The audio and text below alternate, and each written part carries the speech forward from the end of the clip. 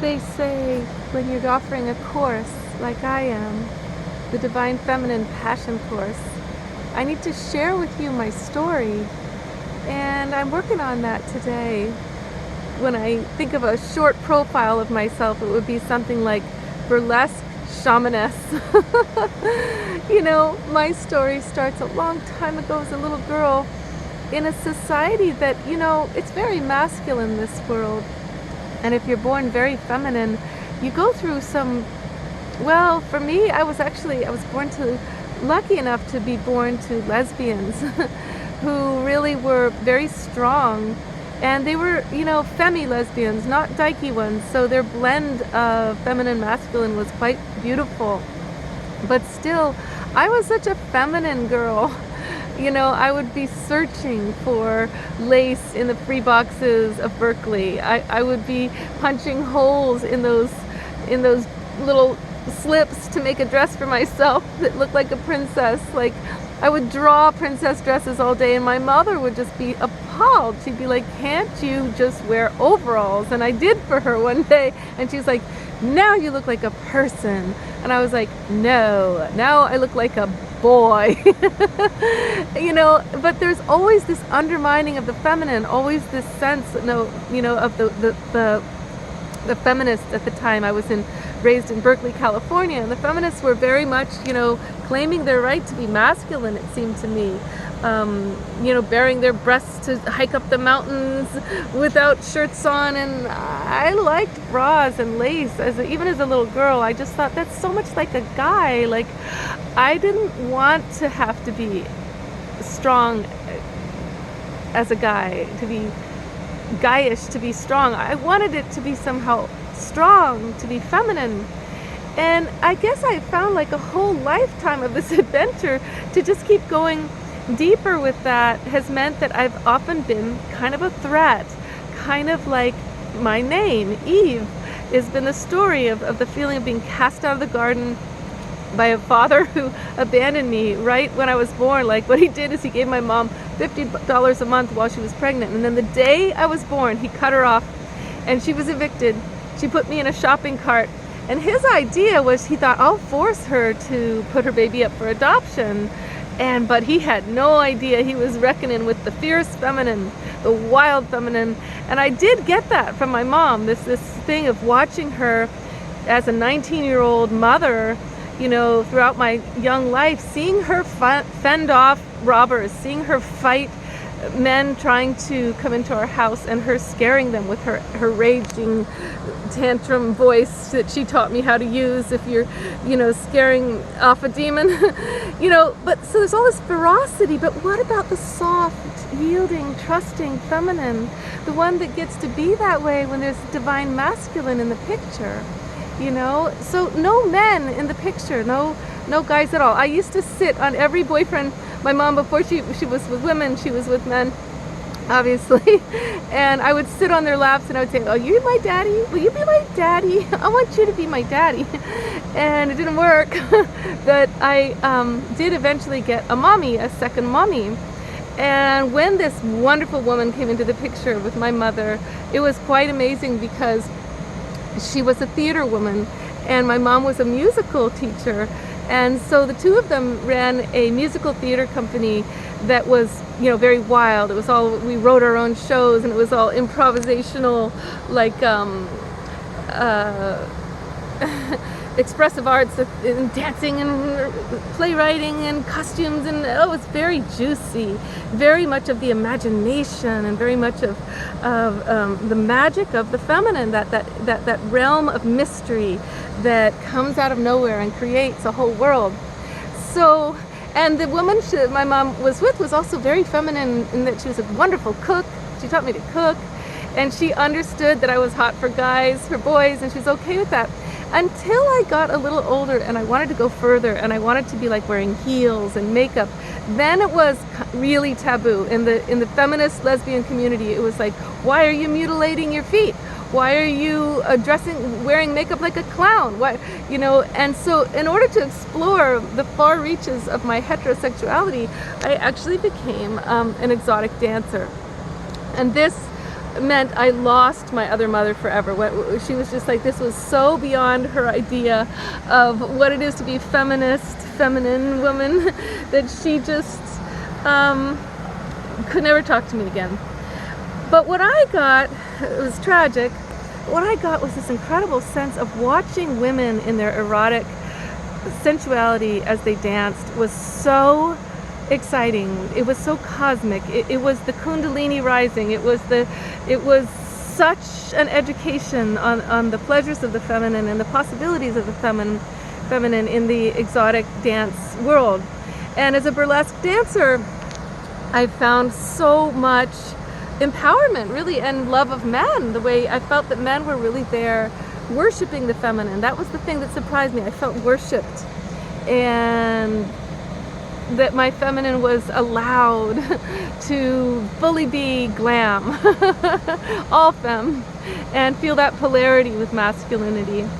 But you know, after a while, that world, that stripper world does have an undertow, an underbelly with a lot of drugs and scary things that started to happen. And I had to escape eventually, and what happened was I started getting pneumonia from you're in winter time, you're dancing naked on stage with all these beautiful lights, and you have to do it for hours, and I started to get really sick, and I had a dream that there was this huge bull with this ass full of blood that splattered all over me, and it was like it was the coming awake to the hatred of the feminine, that not only were some of the men worshiping feminine, there was also a lot of men there to hate the feminine and to humiliate us. And when I had that dream, I realized, okay, it's over now. I can't do this anymore. I've got to face a whole nother level of what's the erotic feminine without any guys in the mixture. What's the erotic feminine on my own terms, you know? And so I came out of there and started painting like crazy.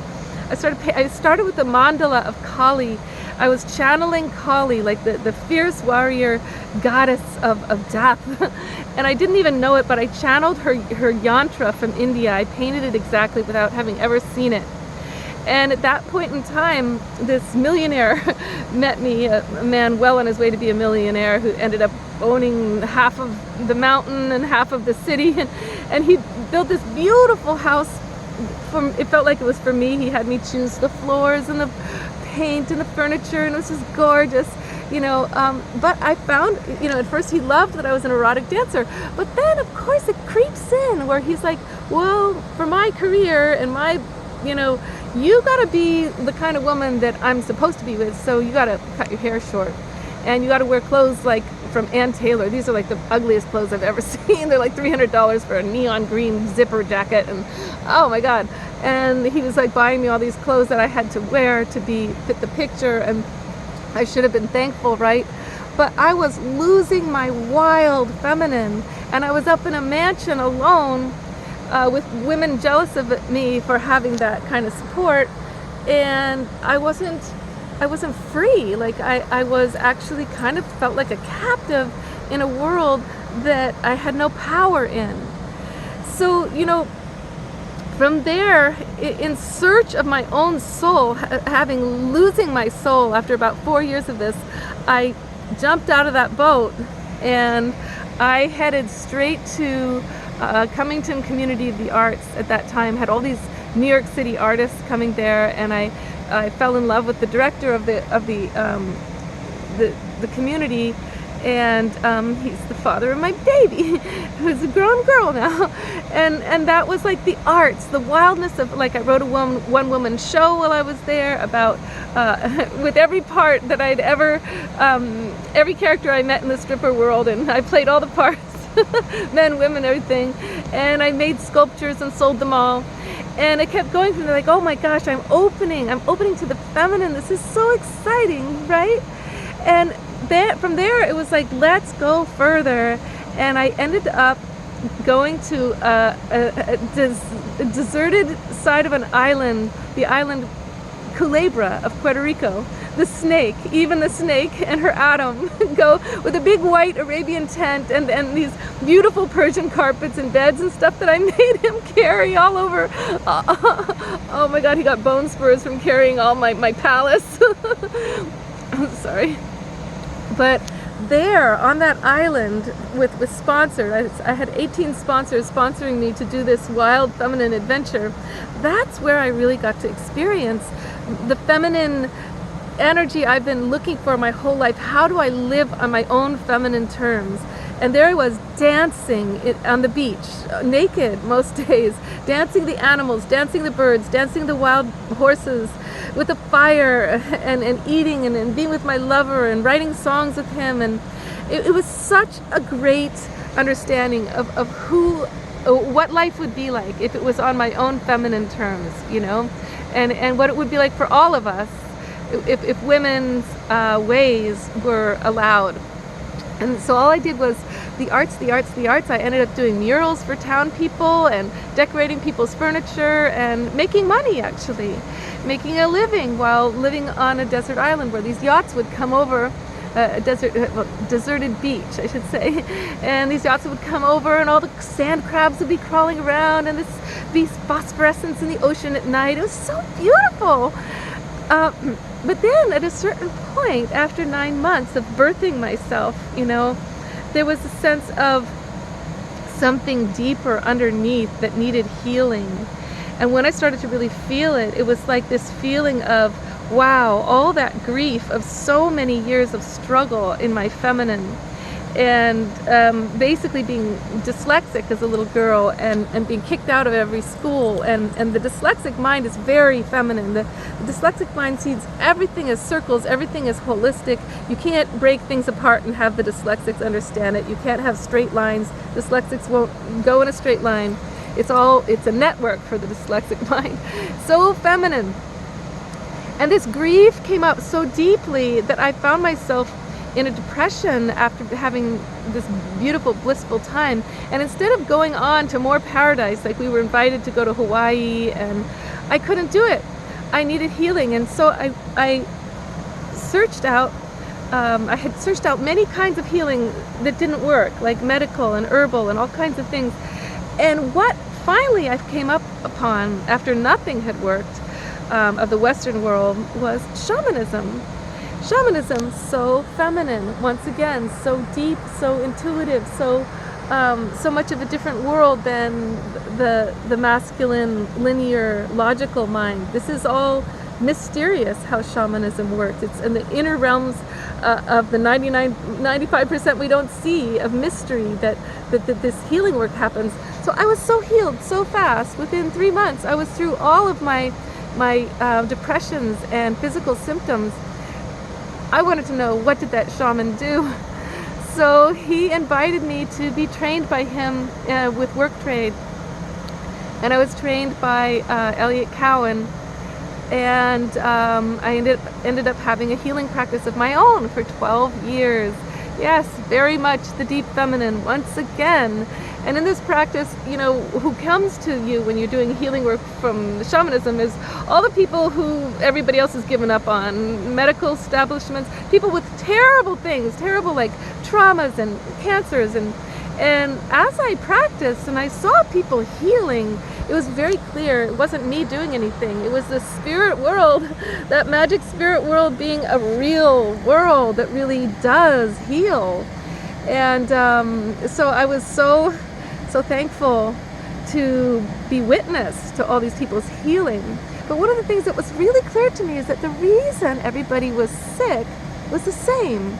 It was the quality of life being missing the feminine, missing all the aspects of the feminine. And so people would get better and then they would get sick again, always for the same reason: without rest, without rejuvenation, without more heart, without more community, without more art, without more sensuality, without more sexuality, without more feeling, without more, you know, flow, without more freedom. All these feminine mystery and time and space, and without calendars pushing, you know. And I was like, wow, I want to get to the essence of helping people, because I feel like I'm just treating the symptom here. And the essence, it's, you know, passion and fun and magic and love.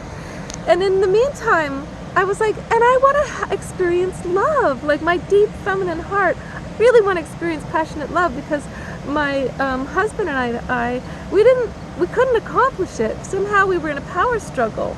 And it was really a nightmare. We just were always in a power struggle, and I always felt like my feminine was not okay. He wanted to be the feminine, or he wanted to undermine anything about me that I said I needed. So I thought at first it was my fault, or his fault. First I thought it was his fault, and then my fault. And then I tried this experiment eventually, like, I've got to find love. That's the heart of the feminine. We always want love. We want to feel it. We want to be it. We want to resonate it. We want to fulfill it. And so there I was, trying relationship after relationship, and not able to get out of the same kind of dynamic where I must have dated probably 26 people over like 10 years who each one of them had a magic gift for the feminine, and each one of them didn't have what the last person had, and each one of them only had like maybe 1 or 2 gifts for the feminine that they were okay with, and the rest of me, they would be like, that's not okay.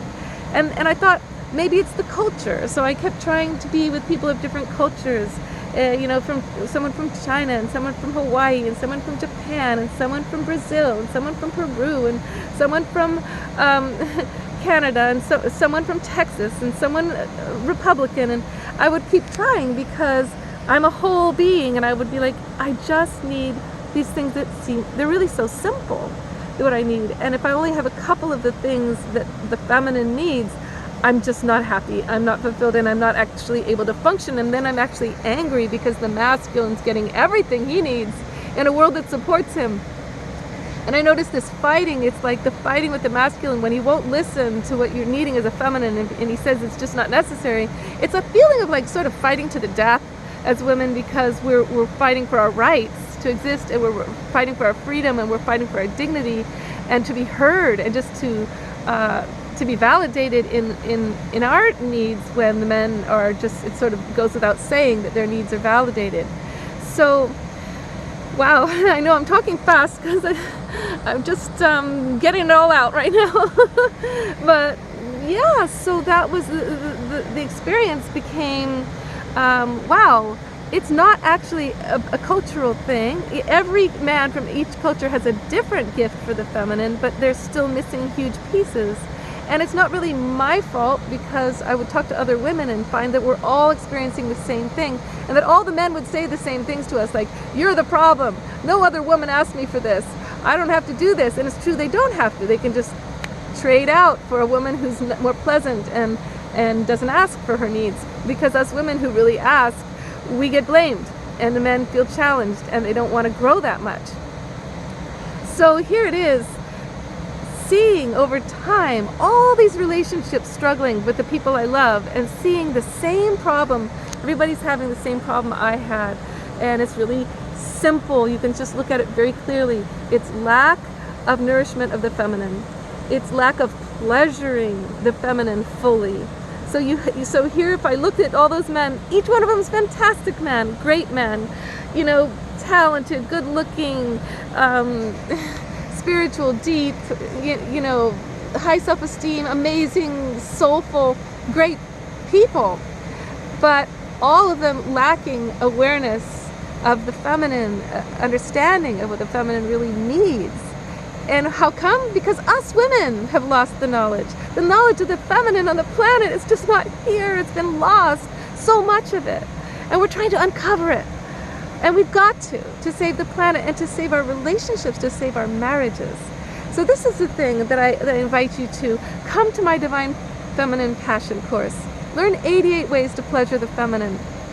Because in this adventure, what's going to happen is the more you pleasure the feminine, the whole relationship will invigorate, and you as the masculine will be more in your power, more overjoyed, and have more pleasure come your way than you ever have, because the woman becomes a fountain when she's pleasured.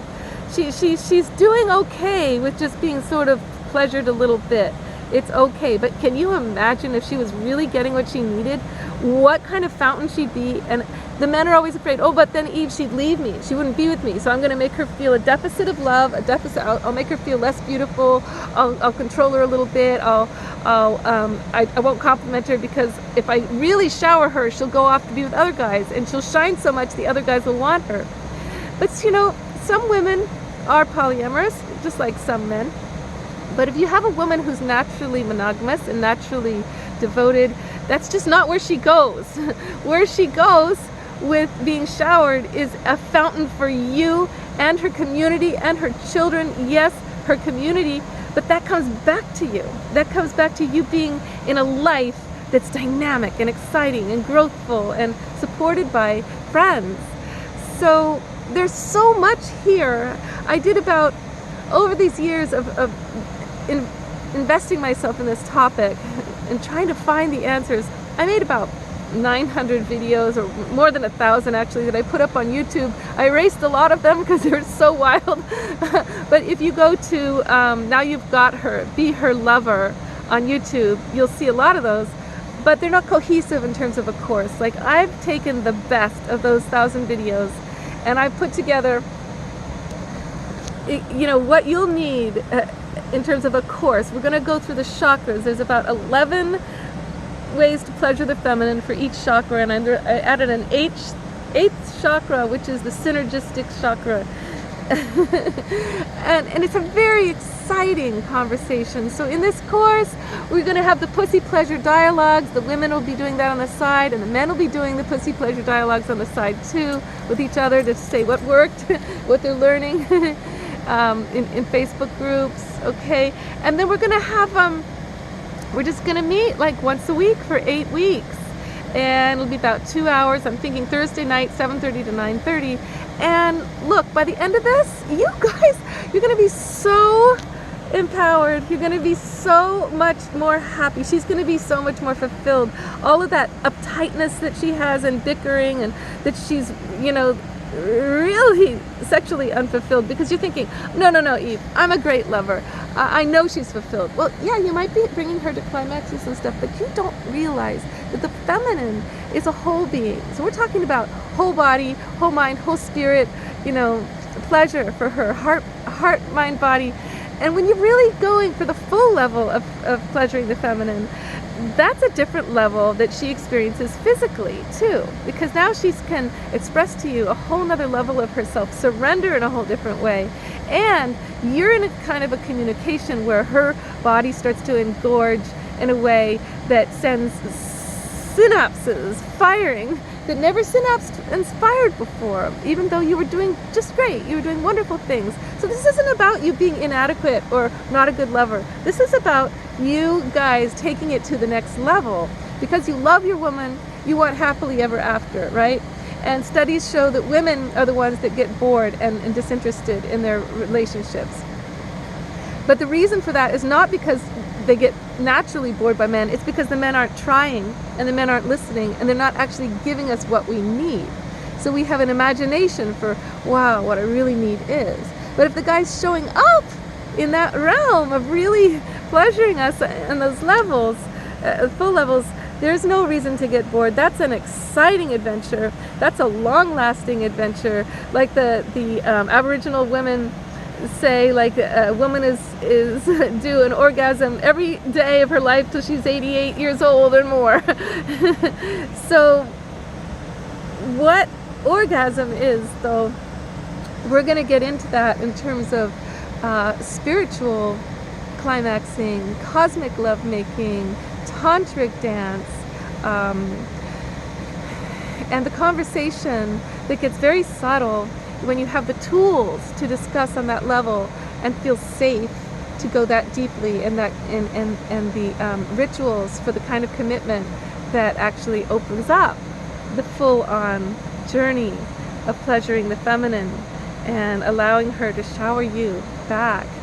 So I guess that's it for my story. My story is that I can see that if this course existed while I was in any one of those relationships, I would still be in those one of those relationships, any one of them, because the men, there was nothing wrong with them. There was always something simple, actually about 10, 20 simple things that I needed them to hear, but they didn't believe me, and the whole story, the whole picture of the feminine, it's kind of unconscious, and sometimes we can't even articulate it as women, because I know so many women who had no real pleasure their whole lives.